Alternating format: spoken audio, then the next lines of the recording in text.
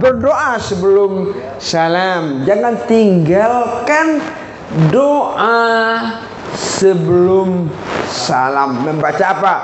Allahumma inni a'udzubika min jahannam, min azabil qabri, wa min fitnatil mahya wal mamat. Fitnah hidup dan fitnah mati. Kalau fitnah hidup apa?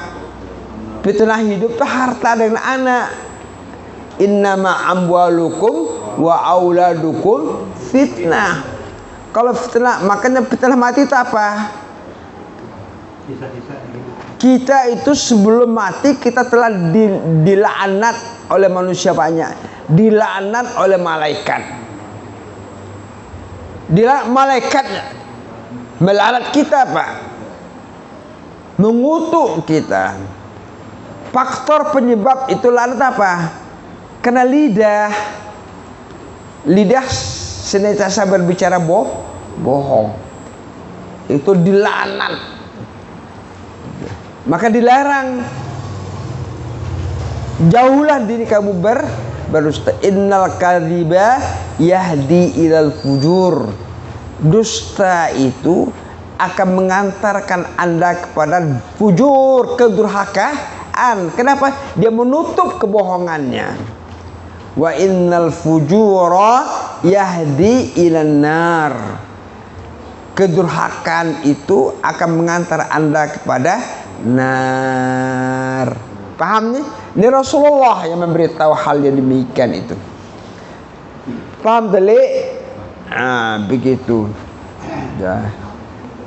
Oleh karena itu saudara terhormat, kita kembali pada pengajian kita tadi. Innal insana khuliqa halu'a. Ya. Coba lihat ayat berikutnya. Ya. Idza, apabila massa menimpanya asyarru. Syarru telah daripada apa? Khairu, keburukan, kejelekan. Jazua, dia berputus asa. Banyak sekali orang yang di luar Islam, makanya angka bunuh diri itu tertinggi di mana? Di Jepang dengan di Korea. Karena mereka nggak punya apa, gagal mereka dalam dunia, berakhir dengan kematian. Dia menyangka bahwasanya hidup itu hanya di dunia baik. Nah, itu bahaya dah. Menganggap hidup itu hanya dunia saja dah. Ya, yang paling tinggi tadi saya baca tuh, jomblo yang paling banyak apa? Jepang. Apa sebab? Dia mengejar kehidupan dunia. Kalau di Indonesia banyak laku cepat. Dah. Kemudian saudara, ini yang keluh kesah. Kemudian wa idza massahul khairu manu'a. Sebaliknya, kapan terjadi siklus berubah, putaran roda berubah, dia mendapat al khair, lawan daripada asyar. Ya, kebaikan, manu'a, dia akan menjadi orang kikir. Dia kata manu'at, dia tahan harta itu supaya jangan keluar. Bisa nggak orang menahan harta? Coba, bisa orang menahan harta nggak? Harta itu sama dengan kita memegang apa, Pak Hasan? Harta itu jangan ditaruh di kantong atau ditaruh di bank, digenggam kayak gini nih. Ada saatnya dia dilepas, ada saat dia dipegang. Kan enak tuh. Makanya kita nggak perlu uang banyak. Yang jelas ada kebutuhan, uang ada.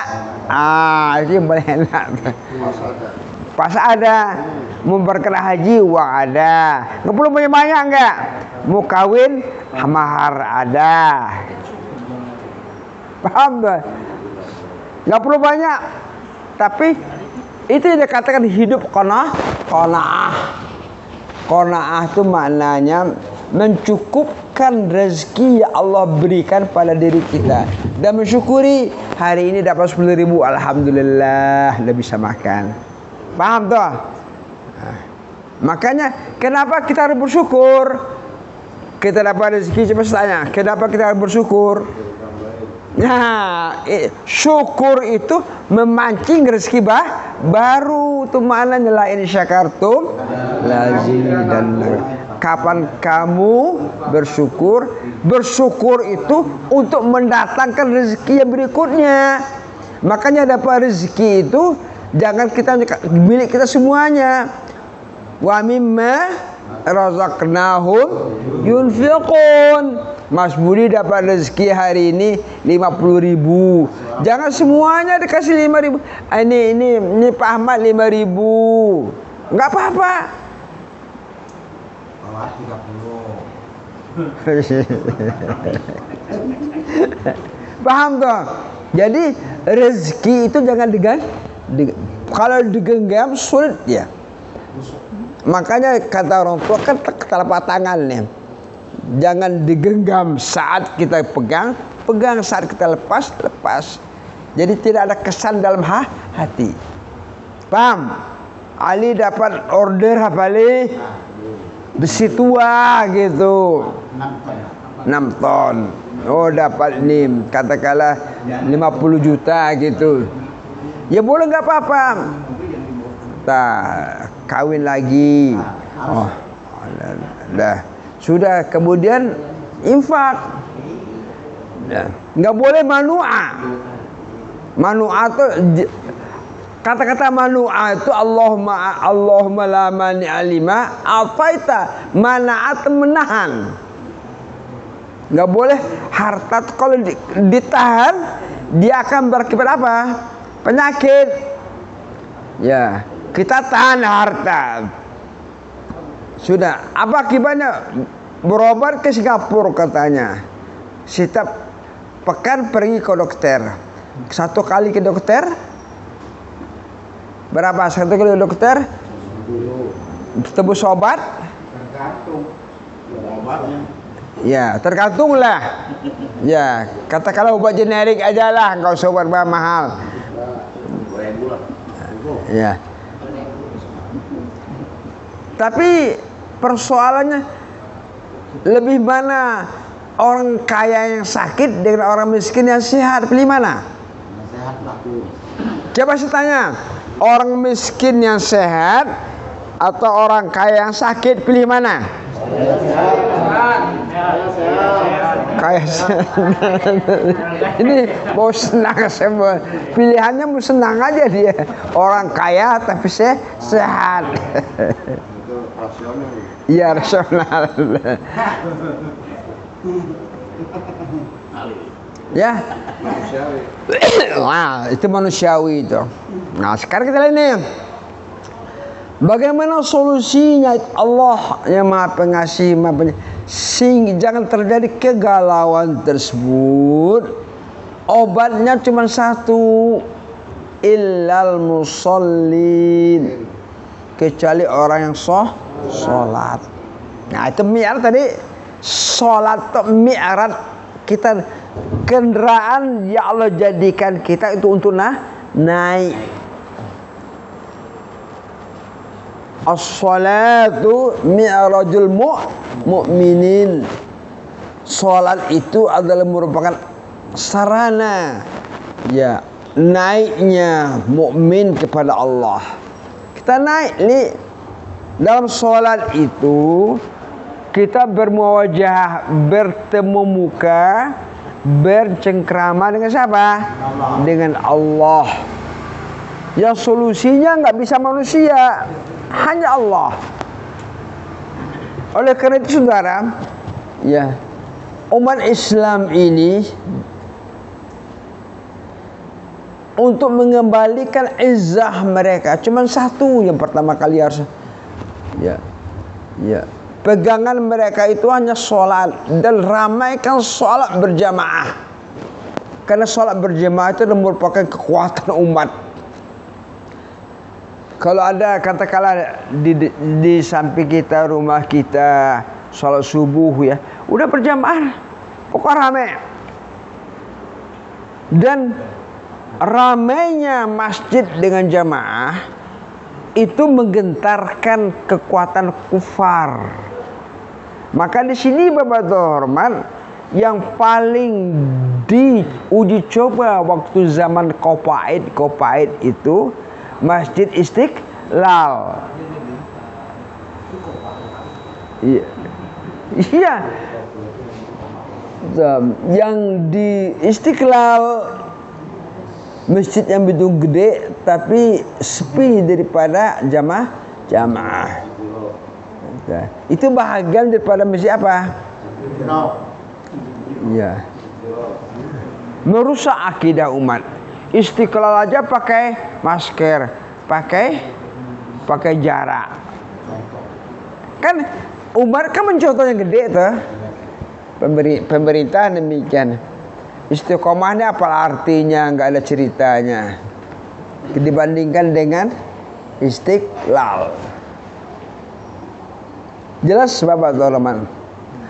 Dan sholat itu harus dilakonin dalam bentuk apa? Ya. Bagaimana sholatnya harus dikatakan? Alladzinahum ala sholatim daimun itu dawam. Terus continue. Makanya amal itu ya dawamuhu wa in qalla. Kontinuitasnya itu yang penting meskipun sedikit, nggak perlu banyak. Bersedekah tuh 1 tahun 5 juta, mana pilih 1 kali sudah nggak berinfak lagi, ketimbang daripada 1 minggu udah berinfak dapat. Pilih mana? Setelah berzikir beribadah terus dong. Walaupun sedikit tapi dia dawam dalam amal ibadahnya. Sebelum 5 menit dia telah berwudu. Kan dikit lah. Jadi daripada sholat tahajud semalam suntuk, nanti kemudian nggak tahajud lagi. Ya. Pilih mana? Oh, berangsur lah. Kalau nggak 2 rakaat, kemudian tambah lagi 2 rakaat, kemudian sehingga menjadi 8 rakaat. Kalau witir nggak bisa 3 sah, bertahap. Semuanya bertahap. Jadi solusinya cuma 1. Jadi Bapak Hormat, kajian kita malam hari ini, solusi yang Allah berikan kepada kaum muslimin itu adalah sholat.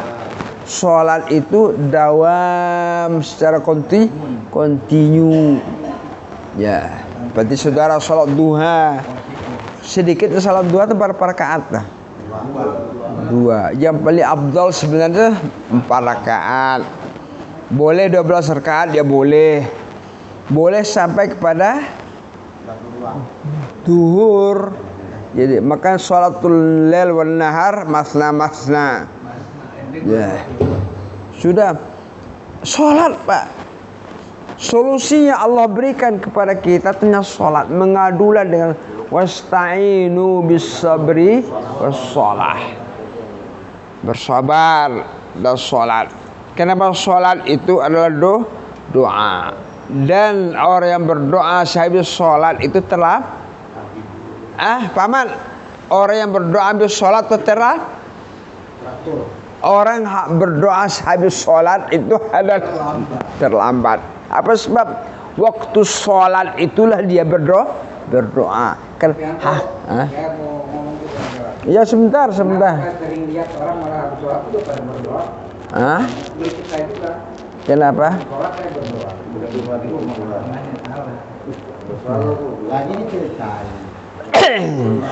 Hakikat sholat itulah doa. Jadi momen dalam sholat itulah kita berdoa. Dan tidak dilarang kita habis sholat itu berdoa. Paham toh? Jelas toh? Tapi berdoa habis sholat itu terlambat. Paham? Jelas? Yang kita baca surat itu ini maksudnya terlambat aja. Hah? Ayat Doa terlambat maksudnya. enggak ya. Lanjut. Baca di surat itu udah doa. Nanti bicara lah dengan paham. Ya. Dah, sudah nih? Jelas? Nah.